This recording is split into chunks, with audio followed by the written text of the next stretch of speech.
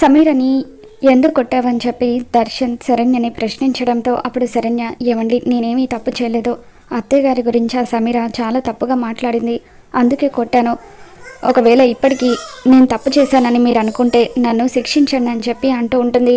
దర్శన్ అలాగే చూస్తూ ఉంటాడు. నాకు తెలుసండి మీరు నన్ను శిక్షించలేరు, కాబట్టి నేను నన్ను శిక్షించుకుంటాను అని చెప్పి స్టవ్ దగ్గరికి వెళ్ళి తన చేతిని కాల్చుకుంటుంది. దాంతో శరణ్య చేతికి గాయమయ్యి భోజనం చేయడానికి కూడా ఇబ్బంది పడుతూ ఉంటే తను ప్లేట్ పట్టుకోలేక ఆ ప్లేట్ని కింద పడేయడంతో దర్శన్ శరణ్య దగ్గరికి వెళ్ళి, శరణ్య నొప్పిగా ఉందా అంటూ తనని ఒక చోట కూర్చోబెట్టి తన గాయానికి మందు రాస్తూ ఉంటాడు.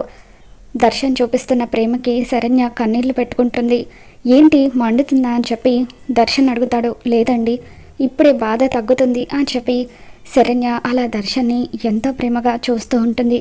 తర్వాత దర్శన్, నీ చేతికి ఇలా గాయమైతే నువ్వు అన్నం కలుపుకొని ఎలా తింటావో, తినడం కష్టమవుతుంది, నేనే నీకు తినిపిస్తాను అని చెప్పి అలా ప్రేమగా శరణ్యకి దర్శన్ గోరు ముద్దలు తినిపిస్తూ ఉంటాడు. మరోపక్క ఆనంద్ భైరవి ప్రకాష్ని కలుస్తుంది.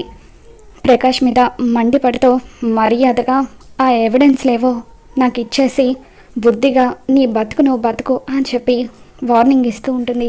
అప్పుడు ప్రకాష్ రెచ్చిపోతూ, నన్ను భయపెట్టాలని చూడకు, నీ కూతురు లైఫ్ రిస్క్లో పడుతుంది అని చెప్పి బ్లాక్మెయిల్ చేస్తూ ఉంటాడు. ఏం కావాలి నీకు అని చెప్పి ఆనందభైరవి అడుగుతూ ఉంటే, నీ కొడుకు దర్శన్ శరణ్య ఇద్దరు విడాకులు తీసుకోవాలని చెప్పి అంటూ ఉంటాడు.